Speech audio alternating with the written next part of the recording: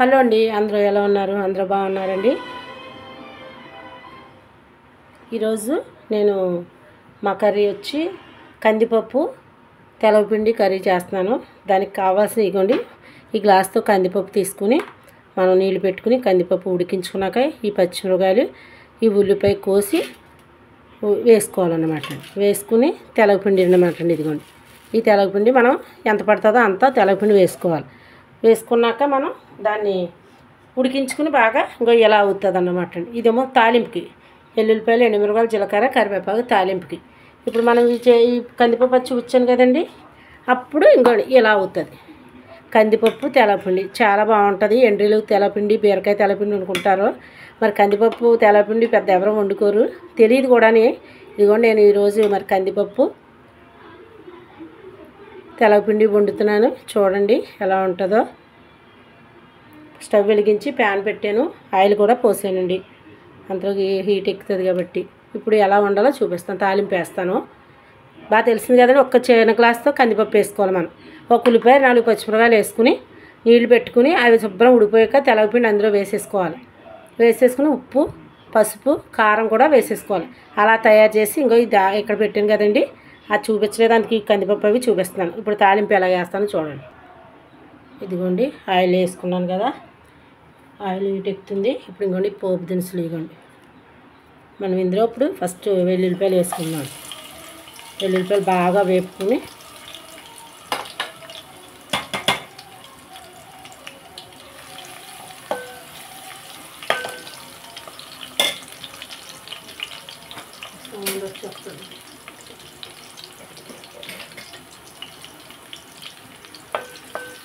వెల్లుల్లిపాయలు బాగా వేపుకున్నాం.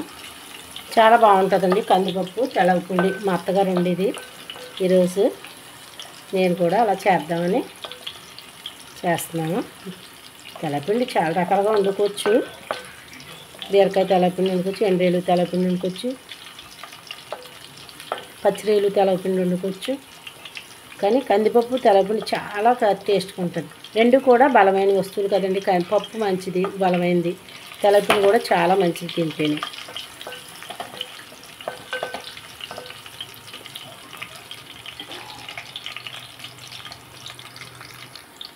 ఇదిగోండి,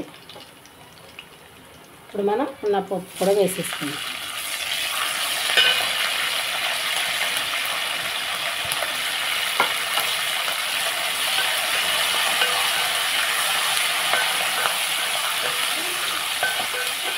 పోపు కూడా ఎక్కువ పెట్టుకోవాలండి.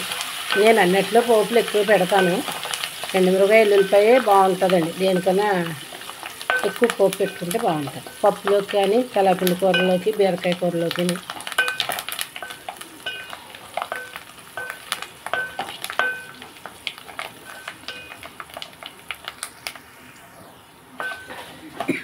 ఇవ్వండి, పోపు అయిపోయింది కదా. ఇందులో ఇప్పుడు మనం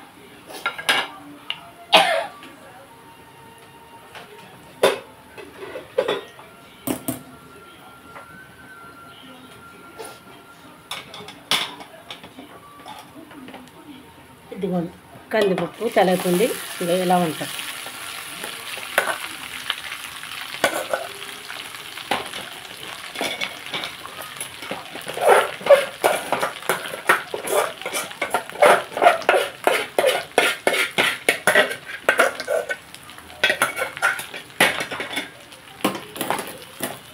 మనం దీన్ని బాగా కలిపేసుకోవాలి.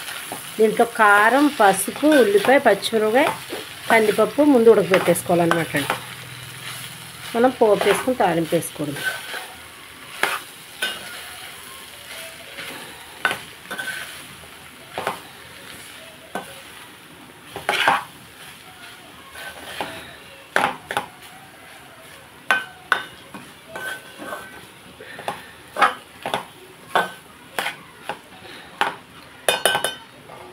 మనం ఒకసారి మూత పెట్టుకుని చూసుకోవాలి.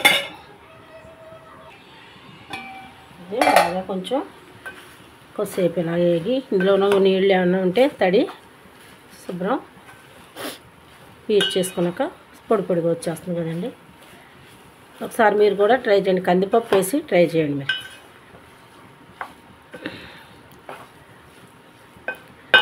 ఒకసారి ఉప్పు కూడా చూస్తాను నేను. ఉప్పు అది చూసి మనం మళ్ళీ వేసుకుందాం.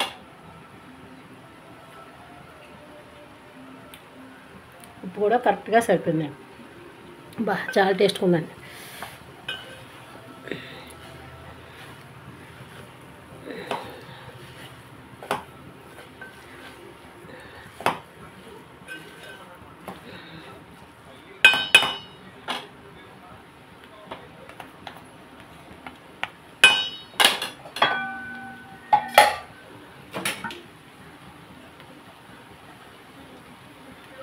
కొంచెం ఆయిల్ తక్కువనే వేస్తున్నాను.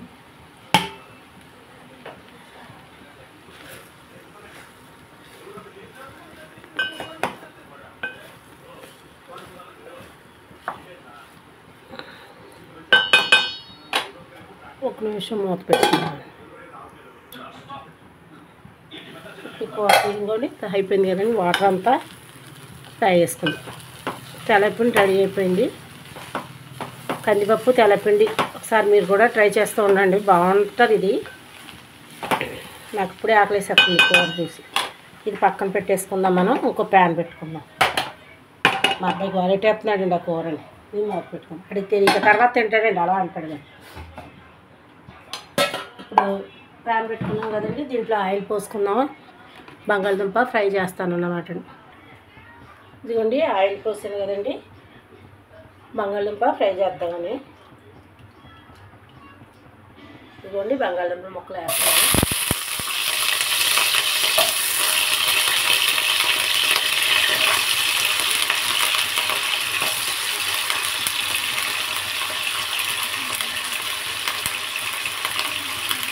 మా అబ్బాయి తెల్లపిల్లి కూడా చేస్తున్నాడు. వేసాం కదండి. ఇందులో కొంచెం మనం పసుపు వేసుకుని,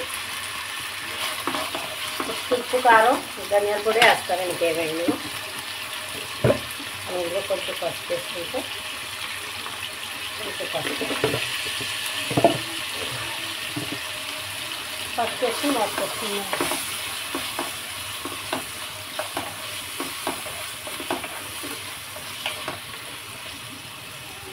మనం మోసుకొస్తున్నాం.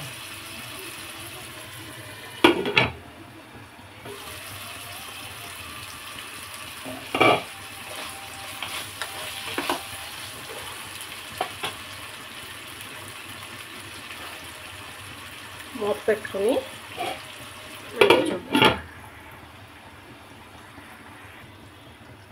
ఇందులో కొంచెం సాల్ట్ వేస్తుంది. కొంచెం ముక్క నచ్చి పడుతుంది కదా. ఇందులో ఏం మన పోపులు అయ్యేవి అక్కర్లేదండి. బాగా బంగాళదుంప ఉడికిన తర్వాత కొంచెం కారం, కొంచెం జీలకర్ర, ధనియాల పౌడర్ వేసేసుకుంటే సరిపోతుంది. తెల్లపిండిని కందిపప్పు వండాను బాబోయ్ అంటున్నారండి. ఇంక బంగాళదుంప అయితే తింటారు. పొద్దున్నే జావ ఇచ్చేసాను, గుడ్డు పెట్టేసాను. మనం మూత పెట్టేసుకుందాం.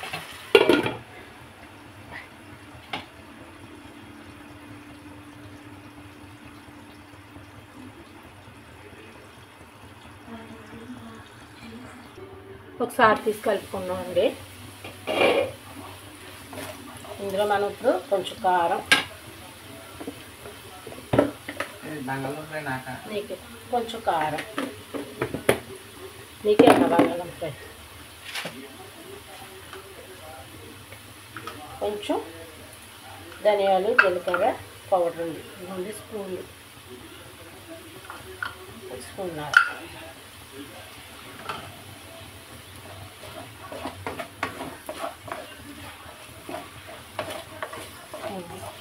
ఉప్పు కూడా వేసాను కదండి, సరిపోద్ది.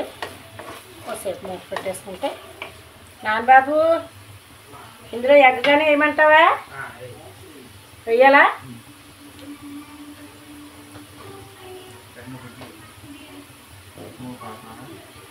ఒక 2 వేస్తాను.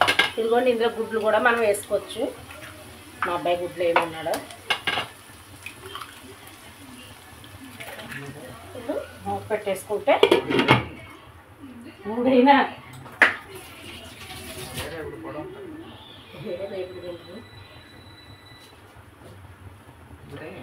ఇంకోటైనా ఇంకోటి వేయని చెప్తున్నాను చూడండి, 3 గుడ్లు వేయాలట. గుడ్లు ఏమనట్లేదు. మనం ఇప్పుడు ఇది ఇలా కలిపేసుకొని మూత పెట్టేసుకున్నాం. ఆలు బంగాళదుంప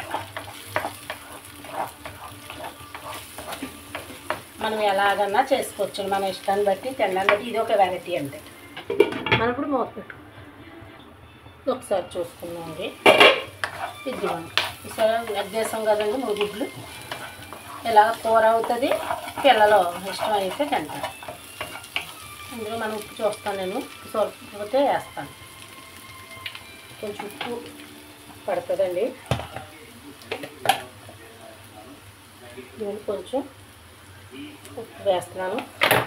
కొంచెం కారం కూడా తగ్గింది నాకు, కొంచెం కారం కూడా వేస్తాను. కొంచెం కారం.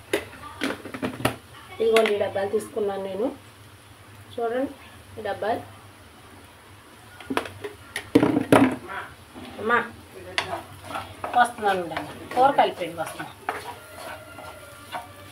మందులు వేసుకున్నావు నాన్నబాబు? అలా మనం ఇదిగోండి ఆలు ఎగ్ ఫ్రై మనం మూత పెట్టుకుందాం. ఒకసారి చూసుకుందామండి మూత తీసుకుని. ఇందులో మనం ఇప్పుడు కరివేపాకు కూడా వేసేసుకున్నాం. కొత్తిమీర లేదు. ఇలా చేసుకుంటే బంగాళదుంప చాలా బాగుంటుందండి. చూడండి, కూర కూడా ఎక్కువైంది కదా. మనం అలాగా ఏవైనా కాయగూరలు కొన్ని ఇలా తక్కువ ఉంటే ఇలా మనం ఎగ్గ కొట్టుకుని వేసుకోవచ్చండి, బాగుంటుంది. కూర కూడా అవుతుంది కొంచెం. ఇప్పుడు ఈ కూర ఒక 3 తినొచ్చు మనం.